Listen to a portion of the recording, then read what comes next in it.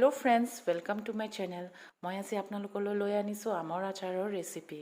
আচাৰটো বনাবলৈ মই দুটা আম লৈ লৈছো ডাঙৰ আৰু সৰু সৰু সাইজত কাটি লম। আপোনালোকে নিজৰ মন পছন্দৰ সাইজত কাটি লব পাৰিব।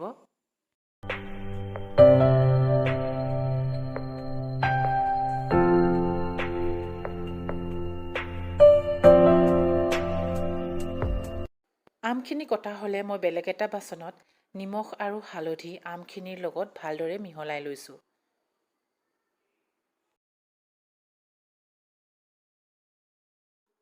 আৰু এইখিনি এক ৰাতিৰ কাৰণে ঢাকি থৈ দিম। এতিয়া চাওক, নিমখ সানি থোৱাৰ কাৰণে আমখিনিৰ পৰা পানী ওলাইছে। এই পানীখিনি মই এতিয়া টুকি দিম ধুনীয়াকৈ। এতিয়া এখন বহল পাত্ৰত আমখিনি উলিয়াই লম আৰু ৰ'দত 6 ঘণ্টাৰ কাৰণে থৈ দিম। মছলাখিনিত লৈছো মই 1 চামুচ জিৰা, অকণমান কালজিৰা, 1.5 চামুচ চফ,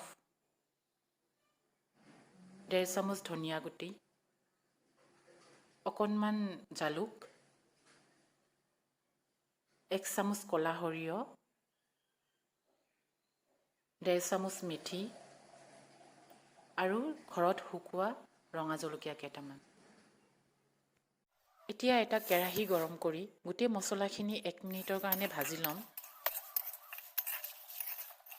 ভজা মছলাখিনিৰ পৰা মই 1 চামুচ গুচাই ৰাখিম। এইখিনি মই গোটাকৈ দি দিম আচাৰত আৰু এই বাকিখিনি মই ধুনীয়াকৈ পিচি লম। ৰ'দত থোৱা আমখিনি 6 ঘণ্টাৰ পিছত লৈ আনিলোঁ। এতিয়া মই মছলাখিনি তেলৰ লগত মিক্স কৰি ল'ম। তেল ইয়াতে মই আধা কাপতকৈ অকণমান বেছি লৈ লৈছোঁ।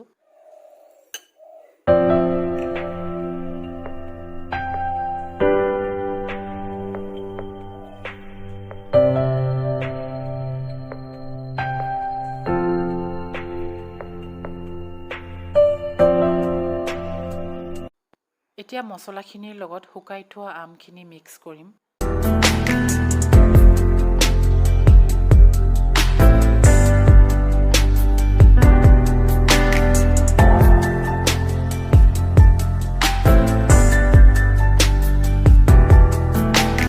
এইখিনিতে মই এতিয়া ভিনেগাৰ আধা চামুচ দিম।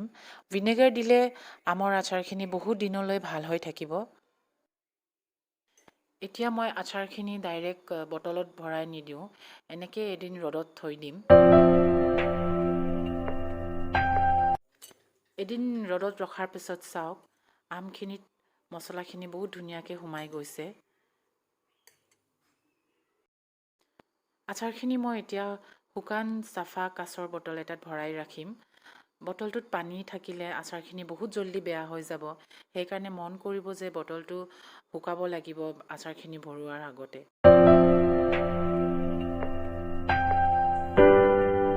চাওক, আমাৰ আচাৰ ৰেডি হৈ গ'ল। এতিয়া বটলটো মই মাজে মাজে ৰ'দত দিম আৰু এনেকৈ বনালে আচাৰ বহুত দিনলৈ ভাল হৈ থাকে আৰু খাবলৈ বহুত সোৱাদ হয়।